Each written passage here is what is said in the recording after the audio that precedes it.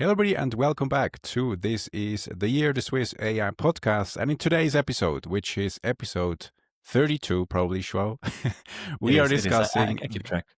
the latest development. I think we passed well over 30 now. We're again talking about the latest development on browsers, artificial intelligence based or LLM based browsers. I think that's probably the hottest topic. Today we also do a little bit of a deep dive into OCR models, something we believe is actually enabling real use cases and real AI products. We talk about some bad news from AWS. They had an outage. This has some implications. We talk about Excel to AI interactions, something we always actually have an eye on because of our own product builds. And then we have some outro topics as well. But yeah, again, once with me today, once again, João from Lisbon. How are you doing? Any new things other than the usual updates coming from probably the most weather stable country in Europe? I mean, it is getting a bit cooler, but that's the thing. I think it's a bit of a metaphor. Is the winter coming? And I don't mean actual winter. I mean a very abstract metaphor for the AI future and the outcome of all of this. I have some high hopes. I have some positive dreams about what can happen, but we'll see. So you I'm doing a there's lot like a better. new AI winter. I think things are starting to cool down a little bit. It would not in winter yet. I'm not sure if it will come and how that will look like, because I don't think AI is that crypto is not gonna go away anytime soon. Like people are using it, people are having fun with it. But markets do need to readjust. We're not doing financial corner for a while, but eventually, I'm not sure how soon. Some stocks might need some evaluation, but AI Probably. we were there before and during and the after. Will still be around. Actually, funny enough, I did two slides from my AI course that I'm teaching. Winter was here, and now I probably need to do one. Winter is coming again. But it was mostly associated to the GPUs back then that we didn't have in 2010, 2012, 2013. And now we do. We have all the capabilities also for you guys in the audience that you can build cutting edge products. Ideally, if you find a particular pain point. And one particular point, again, is these new browsers. Maybe let's jump right into this first topic. OpenAI, just for reference, put it on the screen here. They announced their own version of an agentic or LLM-based browser as a native interaction with large language model that is called Atlas. And actually, a few months ago already, Perplexity was launching the Comet browser, which is, again, a similar feature. I just managed also to give a bit of a first-hand view to try it out yesterday fairly in detail. And I was just again blown away. Probably that's the one thing I can say. It's super intuitive. You have an LLM based interface. Maybe I can put another screenshot here on the screen that you can ask particular questions, and then it goes on. There's two caveats to that. It's fairly slow, at least the way I was interacting with it. And secondly, as you asked me before the show, Joao, it never asked me questions. It just goes on and assumes the best possible way of doing things, which is always the conundrum we were talking about anyway. How much questions should come back from the LLM and how much autonomy it should get. What's your take on Atlas, Joao? Is it 10 times better than Comet, or is it the same? I mean, I'm getting some deja vu vibes because we've seen this happen, like the browser wars of, I think, 2008, 2010, like Firefox versus Chrome versus Safari, although like that's his own thing. I'm happy to see it again in its new format. Perplexity, I think, is like they're pioneers on using AI for stuff. OpenAI is an undoubtedly a big player in the game, and I think if they want to pull off a browser, that they'll be able to do it fairly well. And so the question remains, who's it for? Because, I mean, I see a lot of potential there, but for normal users, I mean, are you planning it to use it to doom scroll for you so I could watch YouTube videos for you and give you a summary of your daily content? I don't think that's the use case that they were planning. I'm pretty sure it might be able to do that. But like you were saying, like going on LinkedIn, doing posts, playing around with your like web platforms. Like every day I have to log on to 5 or 6 different platforms to see how things are doing. If I have an agent do that, I mean, there were whole entire departments, and I think there are still entire departments in companies that are specialized in automating those processes, like writing tiny scripts that go to certain platforms and check a graph, and go to a different website and check if it's up. And if you have a whole agent do that for you, then you don't even have to have that department. You can just prompt it to do so every morning. I mean, for me, I was brainstorming a little bit yesterday. I'm also chatting to some friends that have businesses today, and of course, ideally, the best use case, if you want to sell that to a business, should be something that the business in itself is interacting with a particular web platform. So one business that is certainly on the verge of probably disruption, if you ask me, is the headhunting/recruiting business, because this is most likely done on one single user interface in the entire globe, which is the LinkedIn recruiter. So this is like a separate UI. You have to pay for it. I think to some extent 1,000 plus euros or dollars per year. It's not a cheap service, but it's mostly done on UI basis. And all these headhunters, I've been hiring talent for the last 2 years, doing many of these searches myself. And it's usually something you set filters, you know the skill set, and then you simply literally find LinkedIn profiles. You contact these people and you hook them for a call, and then you try to convince them if they can send you the CV. I mean, you were just mostly on the other side, Joao, getting approached by all these headhunters, and then you would get the CV, and then you do all that downstream work. So for me, it's also the use case I was testing yesterday. Can Comet, the browser from Perplexity, actually execute that headhunting task? And it was pretty sophisticated. So I was able to inject a skill set that I needed, like, for example, a full stack developer based in Netherlands, having 5 years of experience, having worked at a financial institution for 4 to 5 years. And it actually went on, and then it just, again, pre-filled all the filter criterias. It looked actually for these people, it visited the profiles, and then it actually even sends the messages. So this end-to-end user experience on Comet as a headhunter, I think certainly, if this is 10x in terms of speed and reliability, will probably disrupt the headhunting and recruiting business. You don't have to have an API to LinkedIn Recruiter, which doesn't exist, I think, to some extent. You just have to do it on the UI. And Comet browser is really good in interacting with the UI. So that's one use case. The other one I want, yeah. Why do you think that is, that there's no API for LinkedIn? I mean, imagine from the side of LinkedIn, like they're selling, imagine like 20 to 30 like premium licenses for a company doing HR. And now what you're saying is like those companies will be reduced to 3 to 4 agents, like working 24/7 to fill those roles. Like the number of people actually interacting with the platform and the ratio of agents to humans on the platform is going to change a whole lot. I predict. I don't do a lot of predictions. I mean, I do, but most of them are right. So I predict that LinkedIn and a lot of other platforms are going to have to implement like some kind of anti-bot. So you're going to have to see those captchas a lot more often. On the UI. The problem is like those captchas for now, LLMs like breeze by them. And it's not 100% success rates, but neither am I. And I'm fully a human, I believe. And I get like, I think 70% success rates on those. So if LLMs can match that or even improve it, I think we're cooked. I think it's mostly just on the speed, right? I think there is this. I don't know how the Comet browser works in full technical detail, but it's probably some sort of vision transformer / other vision capabilities. Like probably they don't use CNNs, but let's assume it's a super advanced vision transformer. It needs to have a lot of processing and data and streaming to actually see it constantly what's live on the screen. That's very compute intensive. And so, yeah, as you mentioned before, we probably need to have new reCAPTCHAs for them to capture these agents. Another use case, I know you probably have your own engineering nuanced opinion, but is infrastructure deployment. Are these agents, you think, capable of like interacting with an AWS or Azure interface and do complex infrastructure work from their browsing capabilities? Or do you think we're too far away from that? You looked at the outage that AWS had and wondered, well, what if we had that every week, Monday to Friday, like outages happening all the time? I mean, they might. I think at the moment, they're coding-wise and intelligence-wise, they might be good enough for like major deployment stuff, because it's not that the deployment and infrastructure is super hard. It's just there's a problem with reliability, right? Like it's a very high risk, high stakes kind of work, because it shouldn't be too hard. You set up some codes as infrastructure. You set up like your networks, your firewalls, and it should run. Not that hard to set up. There's a whole field and career about it. If you fail, though, it means services go down, the website's not accessible, or someone somewhere is gonna not be able to log in to the platform.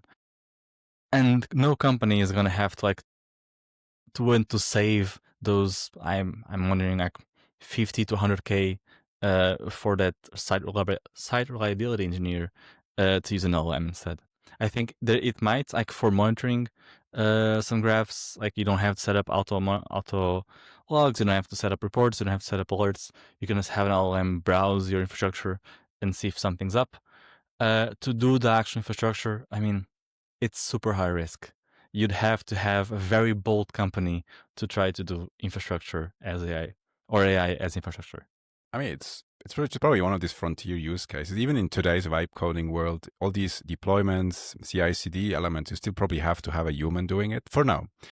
Anything else, I think you can somewhat vibe code. Front ends is more or less okay. But if it comes down to infrastructure, to deployment, I think it's still mostly, if not mainly, human driven. So just bringing it back to the summary of this browsers, I think it's mostly on the textual outreach. That could be an interesting use case. Headhunting / recruiting / sales, so business development, leads, cold outreach, maybe on LinkedIn. That so far was either done manually or through some sort of weird automation tool that to some extent sometimes worked and sometimes didn't. So I think this is an interesting use case just for that. Maybe if we jump to the next maybe use case, there was a new OCR model that was released by DeepSeek. Just for the audience, if you're new to the OCR world, these OCR models, or generally OCR, is around solving the problem of scanned documents, for example, and you would want to extract some information from these documents. That might be super interesting and high volume in banking, in insurance, in pension schemes, in official governmental services, because they interact with sometimes a lot of scanned documents. It's landing somewhere. And then back in even in the pre-large language models days, you had different algorithms that were trying to come up with OCR solutions that was somewhat good, somewhat not good.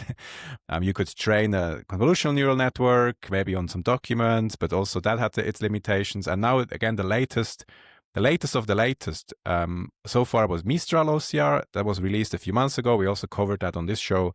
And now DeepSeek, the Chinese player, launched its own version of OCR. So maybe just for usual, high level, what's the pros and cons? What's the first feedback on DeepSeek OCR? The feedback is that we're more and more Chinese fans, or fans of all the research that's coming out of the eastern parts of the world. I mean, DeepSeek OCR, not only does it work great, but it's a super light model that you can run on most consumer-grade GPUs. So you're used to LLMs. I mean, GPT-5, we don't even know how big it is, but the open source, the GPT OSF, the Queen models, all the LLMs that we know are open source, are somewhat hard to run on consumer-grade hardware. I mean, there are versions of it that you can run, but usually they're dumbed down just enough so they can fit. This model, the full version, non-quantized, non-optimized version of the model, fits inside most computers. And it is very fast for the hardware that it's running on, and it can do things that usually you pay a lot of money for. So Azure has the document intelligence service, AWS has, I think it's called Textract, GCP also has one, I don't remember the name. And these are services that the whole point is for you to get PDFs and be able to extract not only the text that's seen on there, but also the graphs, the charts, the tables. I believe that 90% of the people out there have at least a couple PDFs on their downloads folder. I mean, people just accumulate them there. Sometimes you haven't looked at it for 5 years, but that 1 year you got your tax statement on PDF and you left it there. PDFs are, I think, the whole world runs on Excel and PDFs, much to my dismay. And so if you have this kind of model that can convert these PDFs to actual text, to actual images, break them down just enough so you can put them into an LLM, I mean, you'll see a lot more services that can see those documents and play around with those documents. And maybe one day you have a full AI accountant. I think most people are looking forward to that because accountants tend to be a bit on the expensive side. So an AI agent accountant is very much on the rise. And this OCR model, I mean, I won't go into the technical details of it, but it is super impressive what they got to do in a very tiny model, and the quality of the outcome, the quality of the results, how good it gets all the tables, all the images, and all the text that's on the PDF. Maybe just my best read on the business usability of it. I think it's just 2-3 vectors in OCRs, because this is usually a volume. I mean, it's either a high volume or a high quality requirements product that you need to build. So, for example, in the banking context, you might have hundreds of thousands of these pages, or at least thousands of pages that that flood your gates every single day or every single week. So previous models were either very slow and handling them. For example, think about the client sends the documents back and you have 2 weeks until the OCR actually even processes it. That's not feasible to some extent, because it slows the processes and maybe it just generates some roadblocks in the system of compliance checks. But with these models, again, being small and fast, you can process a lot of volume in a short amount of time. So based on the specs, we're still testing, of course, in these days, but they can run 200,000 pages per day on a single GPU, and millions per day if you have actually some nodes running on AWS, for example. So it solves certainly the volume component, and on the other components, just because it's so small, it's ideally also, again, very, very fast, and it has high compression quality. So usually the way this works is there's some sort of compression ratio of these documents, and then there's some sort of reliability, how well it actually performs on certain compression ratios. The more you compress it, usually the less well it performs. And according to the statistics, again, they were also going into these details. They probably have some sort of convolutional compressor they're actually using to reduce vision tokens, and this is a bit the technical capabilities. It just far exceeds the current performance of some other OCR models. 96% OCR precision on roughly 10% compression. Meaning, in other words, it's just very good quality if you have compressed data, and it's super fast to run. As you mentioned before, accountant, risk, compliance are usually the use cases here. People don't realize how bad OCR is nowadays, or at least it has been now and up until now. Just have an idea, like if you have applied to those platforms, they have to upload your CV, and then they try to fill out like the rest of the form, where you basically have to replicate your CV, but filling out all the fields. And they try to like read your CV and fill the fields for you, so you don't have to work that much. And every single time I've used it, I've dreaded it, because back then when I was looking for jobs, I would upload the CV, find all the forms, and if half of them were right, it would be a very good platform. I mean, you have to be like one of those multinational companies. And even then, like half of them weren't that good, because we'll put your address in your name field, like your names will be somewhere like in the job description. OCR has just been that bad because it's not a very simple thing to do. People try to do it like through code, try to analyze like the PDF contents. It's hard. And so to have this open model, this free to deploy model that you can just run on your GPU, but you can also get it, like if you don't want to host it or to deploy it, you can run it on an API somewhere for fairly cheap. It'll just solve more problems than we can probably think of right now. I think it's mostly, I don't know the stats by heart anymore, but I think many domains of any business is still running on analog data, meaning some paper sitting around. Even if it's with an attempt to make it more digitally being transferred to scanned versions of it, it still very much wasn't usable so far for LLMs, basically. So a lot of the problems on also training large language models, we use many domains of the open internet. This is anyway digitized.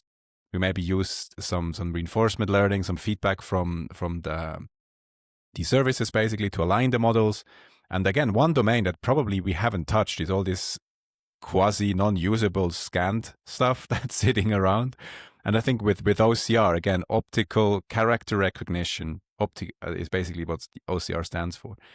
We can then now digitize all these bodies of text to train large language models. So this is the first probably solution that these OCR models are enabling. And the second one, we can then process all these business pain points. Again, we probably are looking at KYC documents, insurance documents, invoices, and you name it, like all the banking documents. There's so many things flowing around. Also in legal, you get all these binders and these folders in in the legal world, you can then basically just use these models to scan it for regulatory workflows, for evidence discovery, and you name it. So I think these OCR models are super interesting. We probably give an update maybe in a few weeks' time if we really tested it. So far, Mistral OCR I think was the best in class, and we TBD, maybe DeepSeek is taking Maybe the crown DeepSeek here. takes it wrong. I mean, if only I could express disappointment that I felt, and I think everyone feels, when you open a PDF and try to copy some text and you notice that the text is not copyable, like you can't select the text to copy paste somewhere else. Sometimes not that much text. Sometimes you could just like a couple numbers and you can write it manually, but it's so much more work mentally. I think everyone feels that disappointment happening like the moment they try to run the mouse over the text and it doesn't select. And we're slowly but consistently finding a solution to it. And if this works and if this goes mainstream, we might see like this be implemented in those AI browsers, especially like for a lot of Adobe PDF reader tools, like to just have that text and convert it back to actual editable, readable, writable text, and not just an image that you have to read and parse on your own. I think I mean, we're just automating ourselves out of jobs, but in a good way, because those are usually very repetitive, painful jobs. I think from a solution perspective, there's also a benchmark. I was just looking it up because I didn't know it by heart. It's called OmniDocBench. It was basically a benchmark to rank all these OCR models. We obviously have DeepSeek, we have Mistral. There's also Baidu that just released another one. You can put it on the screen here as well, just on the fly. There's these benchmarks for everything, and again, apparently OmniDocBench is the state-of-the-art benchmark if you want to go through these layers of problem solving with OCR models. Let me maybe kickstart the later stage of the podcast with maybe two other topics that were here. You mentioned it before already. There was an AWS outage. Yes, It just signals to me that first of all, the agents, they were calling in sick. They need some break at some point. And secondly, it just showcases once again, there's very high reliability for all the people also in the audience. If you're running artificial intelligence software for a bank or for your startup, you most likely are relying on some sort of hyperscaler, Microsoft or Google or AWS. And now there was one region in the States, in AWS service region, that had an outage. And because this particular region was hosting also their internal AWS services, it was even felt in Europe as well. So maybe what's your take, Joao, on this reliability, or certainly also dependency on these hyperscalers, especially if there's an outage? I mean, and this is totally wrong. What a crackpot conspiracy theory would it be that AWS consciously put it down, like they took down the services, so they have to like force companies to reassess how much AWS they use, and not to use less, but then to force companies to have multi-region availability. So for people out there, like non-technical people, in the cloud, usually you have your website, your servers, and you pick a region to host them, usually closer to you or close to where your clients are at. In very few cases, like if you're a global platform, then you can host the exact same websites, the exact same platform across the world in multiple regions. But most people pick a single one, even if you're like consumers are coming out of China, like the ping is not that much that people will really notice. And so most companies have a single region availability, and most companies go to US East 1. It's the region that went down for AWS because it's the cheapest. And so what a play. I don't think they did it, but what a play would it be that AWS actually did it on purpose. So to force people to have at least a backup, like a copy of the platform, a copy of their service being hosted somewhere else. Because for AWS, I mean, I don't think companies will pay a whole team of engineers to migrate their platform to a different cloud. And if they go to a different cloud, they might face the exact same problems. I mean, it's not a AWS specific thing. But it's very, very quick for companies to then enable multi-region and pay almost double to AWS. Yeah, And I mean, what a play would that be? Could be a marketing coup. I think it's also brand damage. I don't know, to be honest, but it certainly showcases some well, resilience topics here. If we super rely in the future on electricity provision to these data centers, and then these data centers, if it's just in one region, are getting offline, and then the entire services, for example, in Europe or in the States as well, stop working. Like, imagine these are some important OCR services during life. Maybe not that it's the case, but during life surgery or something. That might be I mean, actually a bit of there an were issue. cases where like people with smart beds and smart fridges just stopped working, and so it is maybe a bit of a design flaw on those smart systems to just rely so much on Wi-Fi. But you could have an idea of how many platforms worldwide are being hosted on AWS. When we mention that they're in a hyperscaler or at one of the big players, people have to realize how big they actually are. I mean, we're talking about Snapchat, Venmo, like Reddit is on AWS and suffered some outages too. A lot of really big platforms that people think have their own servers. Most companies don't have their own servers. That's too expensive to run. Nowadays, it's better and faster to run it on some cloud. And AWS is one of those really big clouds, and they have a really big US market. If this thing happens, and I'm not saying it's on purpose, I'll never say that, but you just have an idea on how much money they're raking in hosting these many things to these many companies.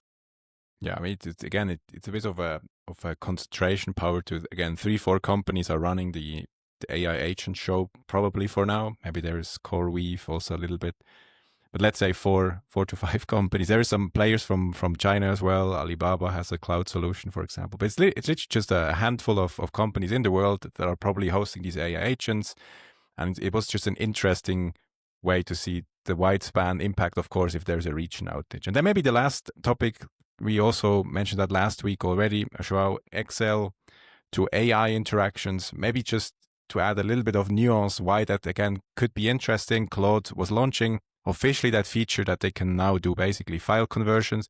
This has been out for a few days now, or even for a few weeks. The reason why that is particularly interesting is because if you're completely new to the Excel or Word game, you can basically run code that then is transferred to a spreadsheet. You don't have to generate a spreadsheet in the typical way, like, for example, on the UI or anything. You can do that via Python code. There is a library, maybe you can link that also in the description below if you want to check it out. It will generate the Python code for it to then generate the Excel spreadsheet. So far, we reasoned through that, Joao, multiple times, why we haven't done that before. Well, the coding capabilities of the models were far inferior to the actual user interacting with Excel, because you have to have all these lines of code just to simply change the color from a cell from red to blue or something, for example.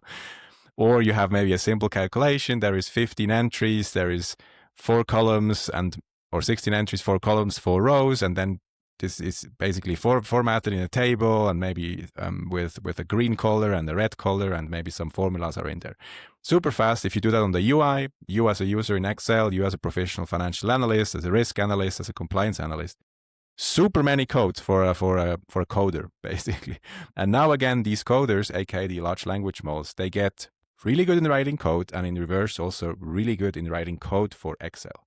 So that's a little bit why this conundrum based on our own best read is actually happening. But I don't know, Shua, where do you think we go from here? Are these Excel analysts about to retire, or what's your idea there? I think they're, at least for a little while, gonna get a whole lot of help. I'm not entirely sure what the timeline is until AI fully replaces entire jobs. I think we're at the point and the stage now that is augmenting humans. So you're doing something, now you don't have to worry as much about it, like you have someone helping you almost for free. Of course, you're paying for tokens, you're paying for electricity costs, but it's just help at the moment. And like you were saying, writing code to the same thing you do manually in Excel, writing code takes a whole lot longer. But then these LLMs write code really fast. So if you do the math, it just rounds up to being about the same time as you do it. And you might say, well, if it takes about the same time, I might as well do it. The thing is, if you're doing it for 8 hours a week, for 8 hours a day, 5 times a week or more, if you're working for Deloitte. I mean, or any at other certain big four. point, anyone even Big Four. I don't want to single them out.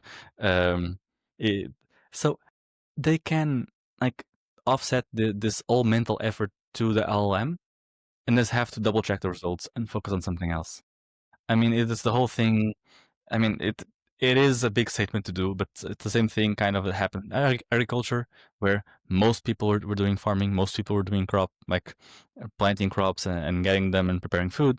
Now, I think at least less than 2% of population is actually focused on that. And we still get food and we still have like more variety. And people did not sit around and not do nothing. Like people are focused on other things. And we got cars Yep. and planes and power. So with Excel, I'm not sure like what will Deloitte do next. Maybe they'll focus on PowerPoint presentations. Maybe they'll do I don't know, they're going to into some other businesses. But if now we have consultancy companies and we have financial analysts not have to worry about the Excel part, maybe they can worry about doing deep market research. Maybe they can understand a bit better on how the ecosystem is evolving, making connections with people, trying to see what companies are up and coming and who's doing what. And the Excel part is taken care of. Like, because they still need to do that, they still need the financial model, they still need to know the numbers, and they still need to do the reports. But if that part's assured, that part is like becomes from 50% of their day to now it's 5% or less. They're now free to do other things, and we'll see some kind of revolution. It'll be like a bit smaller than the Industrial Revolution. I mean, I don't want to overhype it, but it'll be a Excel little bit of a revolution. revolution, at least inside those companies, because they can focus on something else, and it's going to be very interesting to see what they choose to focus on. I think it's I going to think be a also, very interesting competitive edge. I think for your agriculture example was really good because again, back in the day, you had maybe 5 farmers at the same time going down a line in a field and basically collecting all the crops, and now you have one individual human just basically driving the farmers' machines, Combine, yeah. basically. Exactly. And it's probably the same ideology for Excel because you can parallelize all the Excel generations. You can have multiple calls at the same time, and that's getting scaled up in your AWS or Azure instance, for example. And it's been done at the same time. One user can control multiple Excel generations at the same time. So you're a bit like a hyper user for one agent, and the one agent is then delegating particular tasks, and 5 Excels are being generated. Or the other way around, you can generate these things in off office hours. So you as an analyst, you as a compliance analyst or risk analyst, or as a consultant, basically, you might come up with engineering the parameters like you would do in an agriculture machine, and then the actual heavy lifting of building based on the parameters, building the model and trying to reason maybe 4 or 5 different scenarios at the same time, reason again. I think it becomes more of this interaction as opposed to you extracting all the information manually and then build all the Excel manually and then present manually. You're probably, again, as you mentioned perfectly, Joao, being augmented, enhanced, and you have more time in doing the creative thinking as opposed to doing the heavy, let's say, the heavy lifting of not as a heavy lifting an Excel spreadsheet, but it's just certainly there. You have to spend some brain power in making these systems really work. Also, big caveat, if the time we're shooting this episode is October 2025, I've been testing extensively over the last 2 weeks, and I don't think we're even close to an Excel model that's being on par with an analyst yet. We might get there maybe in 12 months' time if we take scaling laws into account, how fast we're moving. Today, it maybe is capable of doing a simple first draft. Yes, it's more or less correctly formatted. There are some formulas in it. But I think we're getting there. We're getting better. And once again, these Python libraries are also being enhanced. The LLM to Python interaction is being enhanced. And you get better data sources in it. That's being enhanced. All these things together probably will jumpstart another scaling law for analyst works or for general knowledge works that use Excel as opposed to maybe PowerPoint or Word documents. I think Word documents, we solved that probably. Claude Sonnet I think is we just incredibly moved good. away from Word eventually. Like people just start doing like normal text. Yeah, probably Markdown.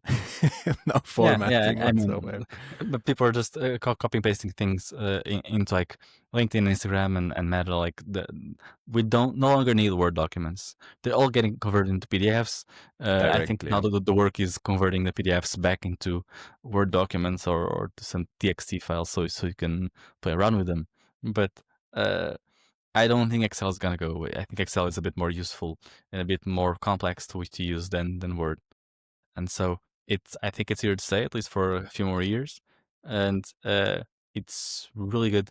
I think companies that use Excel the most but might be a bit hesitant to use these new agents, because if you're using Excel, you're putting some numbers into it, and those numbers are usually the key part of a company, right? Like if you're a production company, like those numbers are costs and maybe trade secrets on how you run your business, and you don't want to copy paste them into the wrong place, and now they're being posted over on Twitter. So, will we see Excel agents? We will. Will we see companies using them? We will, but very slowly, because especially like Claude, even Anthropic says it, so they're not safe.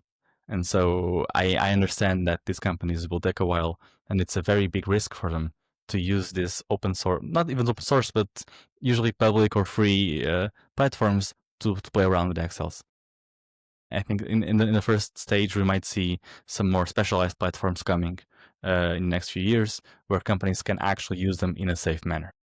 And also, I mean, it's maybe also worth mentioning, there is two different components to Claude Sonnet. Maybe we can take that up in the next episode, just looking on the time as well.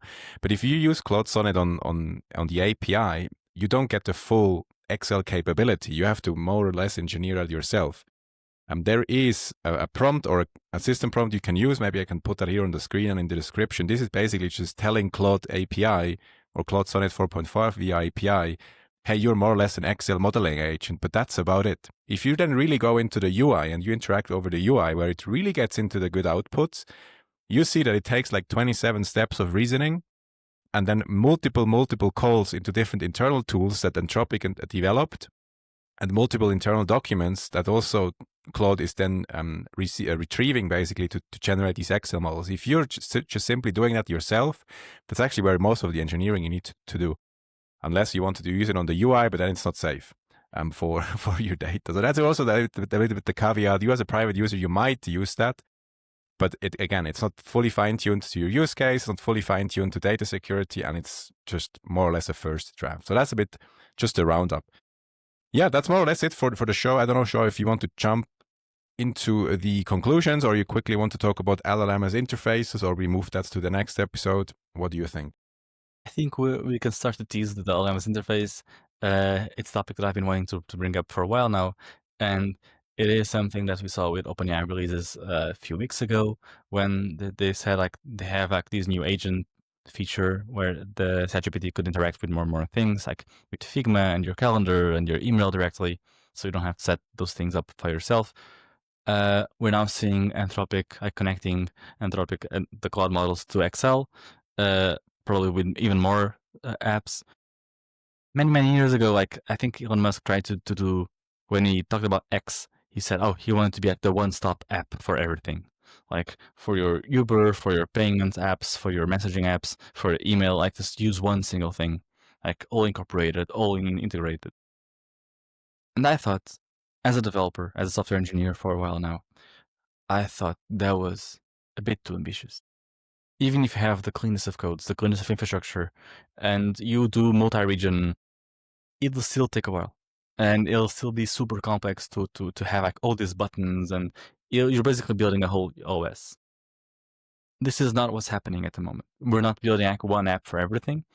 We're just connecting every single app. Like the different companies, independent companies, are connecting their apps to the LLMs. And so you can have your own LLM, whatever your choice is, and that LLM will then interact with your calendar, your Outlook, your games, if you have any on your phone, your Jira board, your to-do list, and maybe your shopping list too. And so we'll be able to see your agent interact with all the apps you used to. And so you'll still use Amazon to buy stuff. You'll just open Amazon app less and less because the agent can go on there in your behalf and do things for you. It started doing that in the browser. I think it'll happen more and more with different apps.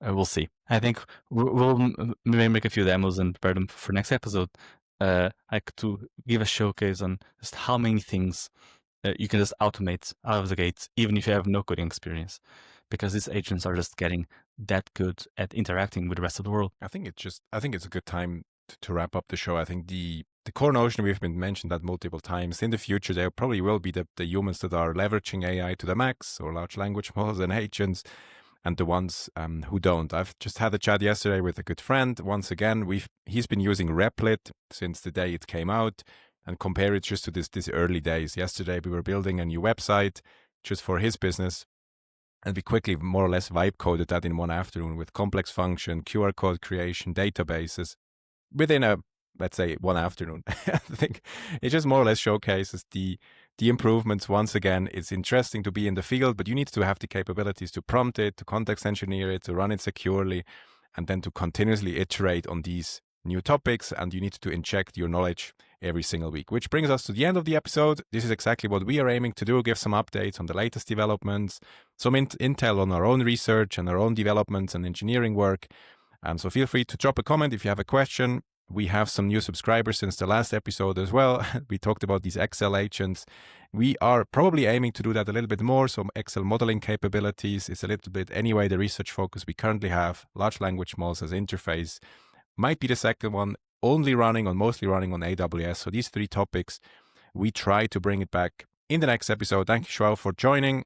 Always a pleasure to talking to you on the cutting edge. Maybe a finance corner next time as well. Hopefully the markets are ripping again. There should be the Fed cuts maybe coming this week.